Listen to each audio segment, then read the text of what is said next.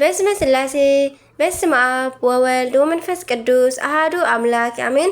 ሰላም እግዚአብሔር አምላክ ምስኩላትኩም ይኹን። ስድራ እግዚአብሔር አምላክ ከመይ ውዕልኩም? አነ እግዚአብሔር ይመስገን ክብሪ ይስፋሕ መድኃኔዓለም አቦይ። ከምቲ ኣነ ጽቡቕ ዝወዓልኩ ድማ ጽቡቕ ውዕልኩም ክትኮኑ ናይ ኩሉ ግዜ ተስፋይን ትምኒተይን እዩ አሜን። ስንክሳር ዘወርሃ ነሓሴ ዕለት 12 ቅዱስ ሚካኤል በረከት ረድኤት ሓለዋ ተራዳእነት ናይ ቅዱስ ሚካኤል ምስኩላትና ይኹን አሜን። ስንክሳር ድሰምዕ ዘንብብ ፍቅሪ ጎይታ ኣብ ልቡ ይዕንብብ ሓለዋን ጸሎትን ተራዳእነትን ናይ ቅዱሳን ድማ ይረክብ። ዝክረ ጻድቅ ለዓለም የሉ ዝክረ ናይ ጻድቅ ንዓለም ይዝነብር። ካብ ኩሉ ክፉእ ዘበለ ክስድሕኑ ንቅዱሳን ተማሕፀኑ አሜን። በስመ አብ ወወልድ ወመንፈስ ቅዱስ አሃዱ አምላክ አሜን። ቅዱስ ሚካኤል ወላዲተ አምላክ መብርሃኔ ልሳን አንደበት ኩነኒ 12 ነሓሴ በዛ መዓልቲ እዚኣ እግዚአብሔር ንሓለቃ መላእክት ቅዱስ ሚካኤል ናብ ንጉስ ቆስጠንጢኖስ ወዲ ኢለኒ ለኣኾ ንጸላእቱ ክሳብ ዝስዕሮም ድማ ሓይሊ ሃቦ መንግስቱ እውን ኣጸንዐት ኣብያተ ክርስቲያናት ኣብያተ ጣዖታት ድማ ኣፍረሰ ኣብያተ ክርስቲያናት ከዓ ሃነጸ ብኩሉም መመላኽዒታት እውን ኣግየጸን ኣጸበቐን። ስለዚህ ድማ መምህራን ቤተ ክርስቲያን በዓል እዚ ክቡር ሓለቃ ቅዱስ ሚካኤል ሊቀ መላእክት በብወርሑ ኣብ መበል 12 መዓልቲ ንኽነኽብር ኣዘዝና። በረከት ረድኤት ናይ ቅዱስ ሚካኤል ሊቀ መላእክት ምስኩላትና ይኹን። ንእግዚአብሔር ምስጋና ይኹን። ንዓና እውን ብኣማላልነት እዚ ቅዱስ መልአኽ ይምሓረና ንዘለዓለም ዓለም አሜን። አርኬ ከምዚ ይብል ሰላም ለከ መልአከ ኪዳኑ ወምክሩ ለእግዚአብሔር ልዑል ዘጉሩም ግብሩ በረድኤትከ ረዋፂ ዘአሰረ ነፋስ አሰሩ ኣብ መላዕልየ እኩየ መከሩ ጉባኤ ጸርየ ሚካኤል ዝሩ አሜን። በረከቱ ይሕደረና። ጻድቅ ንጉስ ቆስጠንጢኖስ ከምኡውን በዛ መዓልቲ እዚኣ ንጉስ ጻድቅ ቆስጠንጢኖስ ናብ ከተማ ሮሜ ኣተወ። ኣብ ልዕሊ ኩለን ሃገራትን ሮሜ እውን ነገሰ። ዜናኡ ድማ ኣብ ናይ መጋቢት 28 ጽሒፍና ኣለና። ንእግዚአብሔር ክብርን ምስጋናን ይኹን ንዘለዓለም ዓለም ምሳና ንዘለዓለም ዓለም አሜን አሜን። አርኬ ድማ ሰላም እብል በቃለ ፍስሓ ወሱላሜ ዘህልፈት ዓለም ኢኮነ ወነፍሰ ብዙሃን ሃማሜ ሃይማኖተ ክርስቶስ ነሲኦ ወመስቀሉ ትርጓሜ ቆስጠንጢኖስ ዮም ነግሰ በሮሜ ዘመክስምያኖስ እሉ ድህረ ሃልቀ ዕድሜ። ንእግዚአብሔር ኣምላኽና ምስጋና ይኹኖ። ንዓና እውን ብናይዞም ቅዱሳን ጸሎት ይምሓረና ንዘለዓለም ዓለም አሜን። ከምኡውን ናይ 13 ነሓሴ ስንክሳር ንቕጽል። በስመ ስላሴ በስመ አብ ወወልድ ወመንፈስ ቅዱስ አሃዱ አምላክ አሜን። በዓለ ደብረ ታቦር 13 ነሓሴ በዛ መዓልቲ እዚኣ ክብርን ምስጋናን ንዑ ይኹን እሞ ናይ ጎይታናን ኣምላኽናን መድሓኒናን ኢየሱስ ክርስቶስ ዓብይን ክቡርን በዓል እዩ። ንሰለስተ ደቂ መዛሙርቱ ማለት እውን ንጴጥሮስ ንዮሃንስ ንያዕቆብ ሒዙ ደብረ ታቦር ናብ ዝተባሃለ ዓብይ እምባ ወፂኡ ምስጢረ መንግስቱ ዝገለጸሉ መዓልቲ እዩ እሞ ናብ እዚ እምባ ምስ ኣደየቦም ድማ ኣብ ቅድሚኦም መልክዑ ተለወጠ። ልብሱ እውን ልክዕ ከም በረድ ጻዕዳ ኾነ።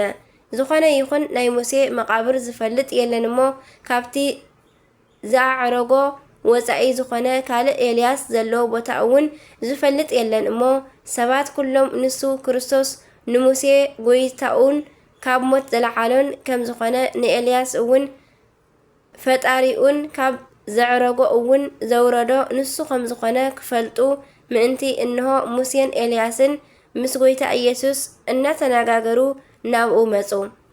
ደብረ ታቦር ከዓ ካብ ብሉይን ካብ ሓዲስን ኣብ ውሽጣ ስለስ ዝሰብሰበት ናይ ቤተ ክርስቲያን ኣምሳል ኮነት። ናይ ኣብ ቃል ኣብ ዝሰምዑሉ ጊዜ ድማ ብግንባሮም ናብ መሬት ፍግም ኢሎም ወደቑ እሞ ከም ምውታን ድማ ኾኑ። ቅድሚ ዓለም ምስኡ ብህልውና ከም ዘሎ ኣብ ንወዱ ምስክር ኮነ። ሽዑ ንሽዑ ሙሴ ናብ መቃብሩ ኤልያስ ከዓ ናብ ቦታኡ ተመልሱ።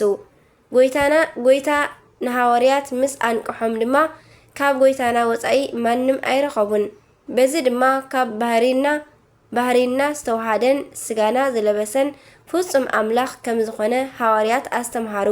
እምበኣርከስ ነስተውዕል ሰብ እንተዘይ ኮይኑ ቅዱስ ገብርኤል ንእመቤትና ቅድስት ድንግል ማርያም ኣብ ዘበሰረሉ ግዜ ብኸመይ እግዚአብሔር ምሳኺ እዩ ኢልዋ ኣምላኽ እንተዘይ ኮይኑኸ ንመንግስቱ ፍጻሜ የብሉን ብኸመይ ኢልዋ ሰብ እንተዘይ ኮይኑ ብኸመይ ኣብ ናይ ከብቲ መረባ ኣደቂሶምዎ ኣምላኽ እንተዘይ ኮይኑኸ ብኸመይ መላእኽቲ ሰማይ ንእግዚአብሔር ብሰማያት ምስጋና ብምድሪ እውን ሰላም ኣብ መንጎ እቶም ስምረት ኣምላኽ ዘለዎም ሰባት እናበሉ ከመስግኑ ክኢሎም ሰብ እንተዘይ ኮይኑኸ ብኸመይ ዮሃንስ ብማይ ኣጠሚቕዎ ኣምላኽ እንተዘይ ኮይኑኸ ብኸመይ ንኣልዓዛር ካብ መቃብር ከተንስኦ ክኢሉ እዚ ቀዳሚን ተኸታልን ዘይብሉ ወልድ ኣምላኽ ኣካላዊ ቃል እግዚአብሔር ንሱ ብዘይ ውላጤ ብዘይ ተፈልጦ ሓደ ኣካል ሓደ ባህሪ ብምዃን ፍጹም ኣምላኽ ፍጹም ሰብ ከም ዝኾነ ንኣምነሉ እሱ እውን ምስ መንፈስ ቅዱስ ሓደ ህላዌ እዩ ሎምን ኩሉ ግዜን ንዘለዓለም ዓለም ኣሜን። ኣርክያት ድማ ከምዚ ይብል ሰላም ለታቦር እንተተሰምየ ወተጸውዓ ደብረ ጥሉለ ወደብረ ርጓዓ ባርቅ ማኣ በህየ ወሃይለ ሲሳራ ተማኣ ወበቱ ኣሪጎ ድህረ ኢየሱስ ተሃብኣ ምስጢረ ምጽአቱ ከሰተ ስሩዓ ሰላም ለታቦር መለኮተ ወልድ ድቤሁ ዘአንበልበለ ኣምሳለ ደመና መንፈስ ቅዱስ ጸለለ ሰማይ ኣብ ዘወሃበ ቃለ ወበእንተዝ ገጻተ ስላሴ ነአምን አካለ በአፈ ሊቃውንት መምህራን በከመ ተብህለ ሰላም ለእርገትከ በቀበ ይቕረታ ሰላም ለእርገትከ አቀበ ደብረ ታቦር ጽምወ እምብዙሃን ነሲአከ እለ ሃረይከ እደወ ኢየሱስ ዘኮንከ እምቤተ ይሁዳ ስግወ ርእየተ ገጽከ ኣምሳለ መብረቅ ሃተወ ወከመ በረድ ልብስከ ጻዕደወ ጽርሃ ኣብ ክያከ በውዳሴ ወበርእስከ ጸለለ መንፈሰ ቅዳሴ አመ ገብርከ በታቦር እግዚኦ ምስለ ሐዋርያት ክናሴ ኤልያስ መንገለ ቆመ ወሃበ ሃለወ ሙሴ ዘመለኮትከ ወልደ ከሰትከ ስላሴ ከምኡውን በዛ መዓልቲ እዚኣ ቅድስቲ ኦፍራ ብሰማዕትነት ኣዕረፈት ናይ ሙሴ እውን ልደቱ እዩ ናይ ብንያም እውን በረከቶም ምሳና ተሃሉ ንዘለዓለም ዓለም ኣሜን። ከምኡውን በዛ መዓልቲ እዚኣ መስተጋድል ኣባ ጋልዮን ኣዕረፈ ንእግዚአብሔር ምስጋና ይኹን ንዓና እውን ብጸሎት እዚ ቅዱስ ጻድቅ ይምሓረና ንዘለዓለም ዓለም ኣሜን። ዓርኬ ሰላም ለጋልዮን ዘተጋደለ ጽኑዓ እንዘ ይወፅእ ምንተ እምቅጽረ እምኔት ኣፍኣ ሶበ ሃሰስዎ እምዝ ሰራዊተ ሰይጣን ነሲኣ እንዘ ይኣትብ ላዕሌሆሙ ዘዘዚኣሆሙ መልክዓ ንእግዚአብሔር ኣምላኽና ምስጋና ይኹኖ ንዓና እውን ብጸሎት ቅዱሳኑ ይምሓረና ንዘለዓለም ዓለም ኣሜን። ከምኡውን ስንክሳር ናይ ዕለት 14 ነሓሴን ይቕጽል። በስመ አብ ወወልድ ወመንፈስ ቅዱስ አሃዱ አምላክ አሜን። ተአምረ እግዚ 14 ነሓሴ በዛ መዓልቲ እዚኣ ክብርን ምስጋናን ንዑ ይኹን እሞ ጎይታናን ኣምላኽናን መድሓይናን ኢየሱስ ክርስቶስ ኣብ ሃገረ እስክንድርያ ሓደ ተኣምር ገበረ። በቲ ተኣምር እውን ካብ ኣይሁድ ወገን ብዙሓት ኣመኑ።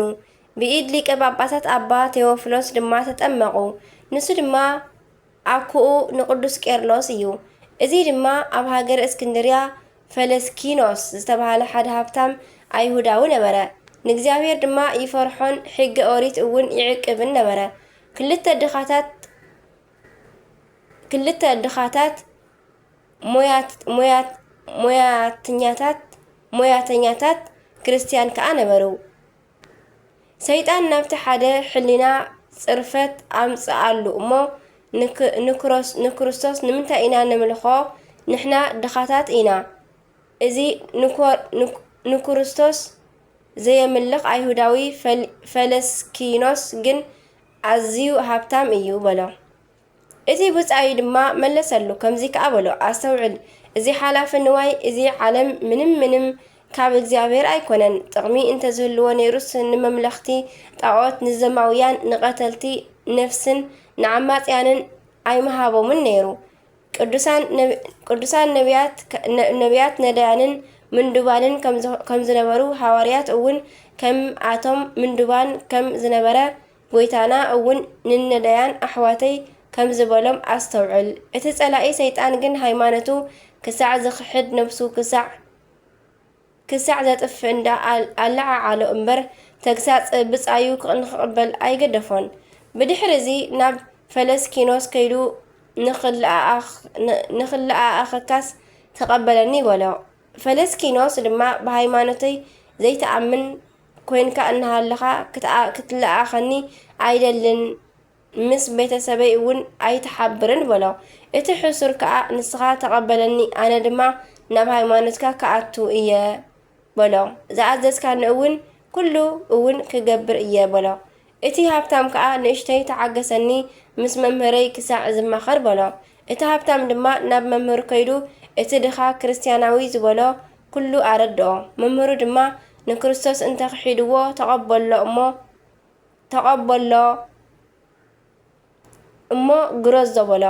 ብድሕሪ እዚ ኣብ ቅድሚ ህዝቢ ኣብ ምኩራብ ንኽሕድ ጥራሕ እንተዘይኮይነስ ስእል ክርስቶስ ኣዳልዮም ንኽሕድ ጥራይ ዘይኮነስ ስእሊ ናይ ጎይታናን ኣምላኽናን ኢየሱስ ክርስቶስ ኣዳልዮም ኩናትን ብሒእን ኣዳልዮም እቲ ብሒእ ሰፍነግ ንኸቕርበሉ እንትፍታፉ ክተፍኣሉ ከምኡውን ብኹናት ጎኑ ንኽወግኦ ኣዚዞምዎ ኩሉ ፈጸመ።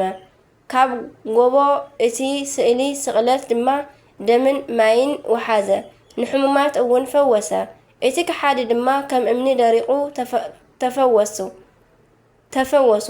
በዚ ተኣምር እዚ ብዙሓት ኣይሁድ ኣሚኖም ናብ ሊቀ ጳጳሳት ኣባ ቴዎፍሎስ ከይዶም እቲ ዝኾነ ነገር ነገርዎ።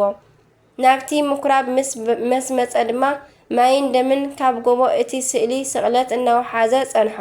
ካብቲ ደም ወሲዱ ገንበሩ ቀቢኡ ተባረኸ። ንኹሎም ኣብኡ ዝነበሩ እውን እናቐብአ ባረኾም። እቲ ስእለ ስቕለት ድማ ብዓብይ ክብርን ማህሌትን ጸይሮም ናብ ቤተ ክርስቲያን ንኽወስድዎ ኣዘዘ። እቲ ደም ዝፈሰሉ ቦታ ኣኾስቲሩ ንጸበል ንመድሓኒትን ብኽብሪ ወሰዶ። ንኹሎም ኣብኡ ጸኒሖም ክብርን ምስጋናን ንዕኡ ይኹን እሞ ብጎይታናን ኣምላኽናን መድሓኒናን ኢየሱስ ክርስቶስ ኣመኑ። ብስም ኣብን ወልድን መንፈስ ቅዱስን ኣጥምቖም እውን ምስኡ ሓደ ገበሮም። ምስጢረ ቅዱሳት እውን ኣቐበሎም። ደስ እንዳበሎም እውን ነናብ ገዛውቶም ተመልሱ። ይቕረታውን ምሕረቱን ምስ ኩልና ህዝበ ክርስቲያን ይኹን ለዓለም ዓለም ኣሜን። ዓርኬ ድማ ከምዚ ይብል ሰላም እብል ለተኣምርሁ ክቡድ እስከ ኣምኑ ቦቱ ጉባኤ ኣይሁድ ሶበ ለመስቀል ረገዞ ብእሴ ሙስና ወካሄድ ወሰላም ከአበ ዘምስል ኣምሃ ወሰጊድ ሃበ ኣውሃ ዘደመ መስቀሉ ለወልድ። ከምኡውን በዛ መዓልቲ እዚኣ ናይ ኣባ ስምዖንን ናይ ዓርኩ ዮሃንስን መዘከርታ ዕረፍቶም ይኮነ። ንእግዚኣብሔር ምስጋና ይኹን። ንዓና እውን ብጸሎቶም ይምሓረና ንዘለዓለም ዓለም ኣሜን።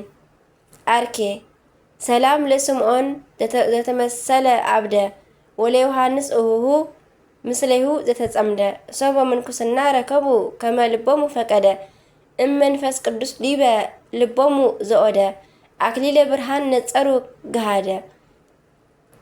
ከምኡውን በዛ መዓልቲ እዚኣ ምስ ኣርድእቱ ብእምኒ ዝተቐጥቀጠ ተኣምራትን እውን ዝገብር ሰማዕት ድምጥያ ኣዕረፈ። በረከቱ ድማ ምሳና ተሃሉ ንዘለዓለም ዓለም ኣሜን። ከምኡውን በዛ መዓልቲ እዚኣ ቅዱስ ባስሊቆስ ብሰማዕትነት ኣዕረፈ። ዓርኬ ድማ ከምዚ ይብል ሰላም ለባስሊቆስ እንተ ኣርአየ መንክረ ብኣስርጾ ይቡስ እጽ እንተ ድቤሁ ተኣስረ ከኣበኒ ድህረ በሰይፈ ተመትረ ውስተ መቃብሩ በዕለተ ዘርኡ ኣተረ ቦቁለ ሶበይሃ ወፈረየ ስሙረ። ንእግዚኣብሔር ምስጋና ይኹን። ንዓና እውን ብናይዞም ቅዱሳን ጸሎት ይምሓረና። ንእግዚኣብሔር ኣምላኽና ምስጋና ይኹን ኣሜን። ዝወደቐ ዝነጠበ ቃል ኮነ ፊደል ኩሉ ብኣፈ ቅዱሳን ትጓር መላእክት ተዓርመለይ ስንክሳር ድሰምዕ ዘንብብ ፍቕሪ ጎይታ ኣብ ልቡ ይዕንብብ። ሓለዋን ጸሎትን ተራዳእነትን ናይ ቅዱሳን ድማ ይረክብ። ኣሜን ወኣሜን ይበሉ ኩሎም መላእክተ ሰማይ ኣሜን። አቡነ ዘበሰማያት ይትቀደስ ስምከ ትምጻእ መንግሥትከ ወይኩን ፈቃድከ በከመ በሰማይ ከማሁ በምድር ሲሳየነ ዘለለ ዕለትነ ሀበነ ዮም هديك لنا عبسنا وجهنا كمان هنني نهديك لذا عبسنا طبعا زي استمتت علارنا نبرهن نقول اسم زي أكيد منكس هايلو سبات لا المعلم آمين بسلام قدس جبريل ملاك أوزع سلام سلام لتشي دينجل من ناتشو دينجل بسكاش مجزاور تبع سلام لتشي بروك تأتمن زورك فركرتكي تفسي في ست أو معرام تسجع ملأته وداسة ملأته موقس ملأته كل أجزاور مسركي سألوا صليها فكر ولتشي يسوع كريستوس كما يسر لنا هاتعوينة تمايز أنه كتمايز أنه كرانتشي آمين آمين بركة راديتنا أونا أرجعون أونا جورا كريستوس مرعون مسكلاتنا يوعل آمين والسبات لإግዚአብሔር ወለወላዲቱ ድንግል ወለመስቀሉ ክቡር አሜን አሜን ለይኩን።